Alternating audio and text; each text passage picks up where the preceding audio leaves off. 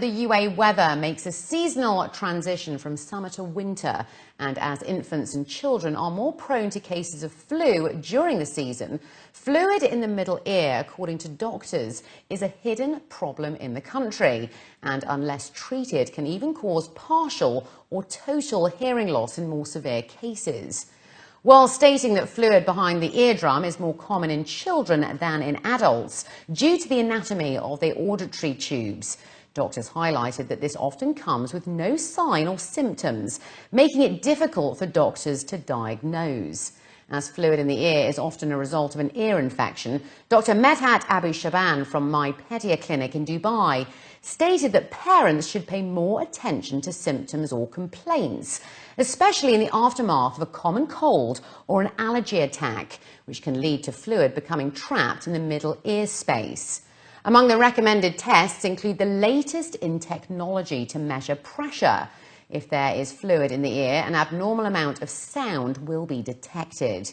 In less severe cases, fluid in the ear usually requires no treatment and often goes away on its own. However, high-risk cases, including those where developmental delays are found in children, may require a common surgical procedure. First of all, lots of children are walking around with fluid in the middle ears and they don't even feel it or showing, without any problem. They don't show it.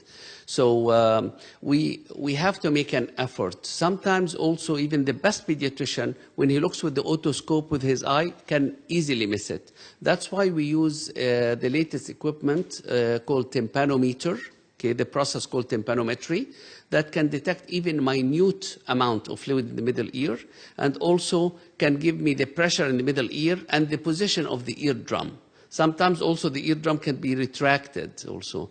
Like when someone in a flight, in a plane, and the flight is descending and you feel the pain sometimes, that's due to retraction. Many children after a flight, they have retracted eardrums and fluid in the middle ear. So that's another reason also we should look for it.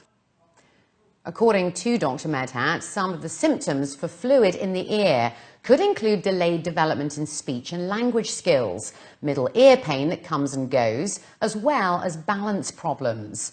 Although no clear data exists for such cases in the UAE, a study conducted by the American Academy of Pediatrics revealed that there are around 2.2 million cases of fluid in the ear in the US every year, and about 90% of children will have problems before they reach school age. In our region, not only Dubai, during dusty season, high humidity, dryness, severe dryness from the AC, all this can be a trigger for allergy and will end up causing fluid in the middle ears. So detection is the most important.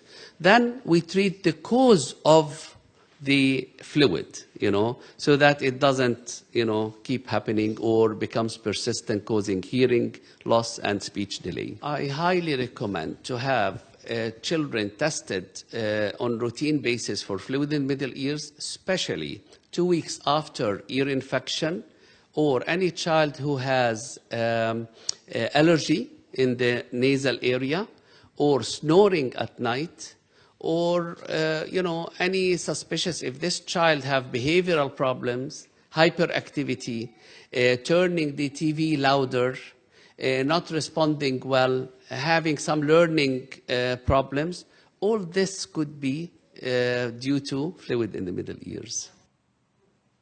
His Excellency Medhat Al-Tayeb, the Director General and Chairman of the Boards of Executive Directors of the Road and Transport Authority, honoured 50 cab drivers from the DTC's franchise companies that operate under the RTA as a part of the Excellence in Taxicabs initiative. The event selected the best cabbies and franchise companies as a part of Public Transport Day, as well as 2 winners who were selected from a pool of the most frequent public transport riders, and awarding them each with 50,000 dirhams. The Cab Driver Award aims to upgrade services and raise the competitiveness among franchise companies to ensure quality services, improve traffic safety, heighten awareness levels, to bring happiness to taxi users and to motivate drivers. The festivities took place over at the Dubai Ice Rink in Dubai Mall and also featured a number of competitions for public transport users, with prizes of up to 15,000 dirhams for the top winners. His Excellency Medhat Al was pleased with the great communal interaction for the Public Transport Day initiative and the success in educating the community on the importance of using public transport. The share of public transit modes rose from 6% back in 2006 to 15% in 2015, putting the Emirate on track to meet a target of 20% by 2020 and 30% by 2030. And finally, looking to other news now, the first ever kimono abaya brand by a Japanese designer has been launched in Dubai. Japanese designer and artist Ariko Yamanashi has created a unique line of abayas characterized by the original use of Japanese kimono fabric and innovative designs for a more authentic feel. Dubai-based abaya brand Juin has partnered with one of the biggest players of the Japanese textile industry, the Tsukamoto Corporation, in order to launch Juin by Ariko, the first abaya brand created by a Japanese designer and using Japanese fabrics. The designer revealed that there are a number of similarities between an abaya and a kimono, and both have evolved to adjust to modern fashion trends, yet have retained their traditional lineage and class. She added that fusing them into one was no easy challenge, particularly as they wanted to retain the individuality of both. The new line of abayas was showcased at 3 fashion shows hosted at the boutique at Dubai Mall throughout the launch day.